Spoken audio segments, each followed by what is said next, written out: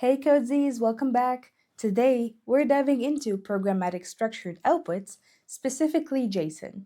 In Module 2, we learned about human readable formats like Markdown. Now let's get technical and explore formats for machines. JSON or JavaScript Object Notation is key for AI. It's how AI talks to other software.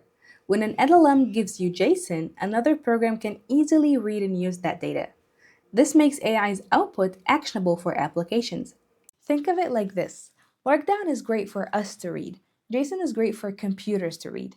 When you want your AI to extract data and send it to a database or another tool, JSON is your best friend.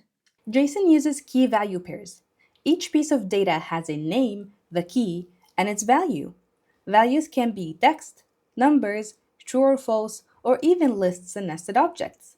This structure makes data organized and predictable. As we see in our example, the keys here are product name, price, available, and features.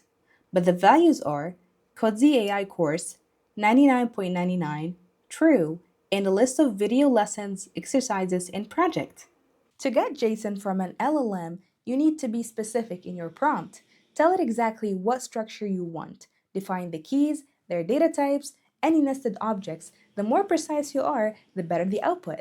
Before we dive deeper, let's understand what a JSON schema is. Think of it as a blueprint or template. The JSON schema defines the structure, what fields should exist, what data types they should be, and which ones are required. The actual JSON data is what fills in that structure with real values. So the schema says there should be a product name and its type is a string, and the data provides a product name and its value is Cozy AI course. Here's something exciting. As of late 2025, some models now support a feature where you can force them to output only JSON. This is great for reliability, but here's the key point. You still need to provide the JSON schema.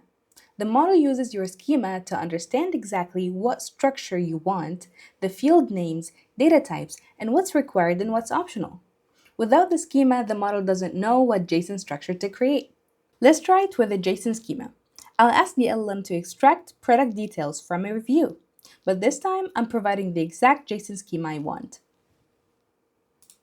Notice how I define each field's type, product name as string, price as a number, and features as an array of strings.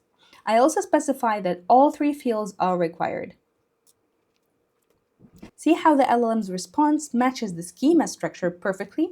This is much more reliable than just asking for a JSON without a schema. Now, as we said, as of today, you can force it to provide JSON back to you. Now, whether through OpenAI's Playground, Gemini's AI Studio, or the code, you can specify whether the model should output text or JSON back to you. Let's give the same prompt another try. It was super accurate and returned JSON back to us as well. Now we're pretty sure it will always return JSON back to us. Sometimes you'll get malformed JSON or missing fields. This happens if the prompt isn't clear enough or if the LLM you're using struggles with complex structures. Make sure to always validate the output returned. This skill is vital for your prompt optimizer tool.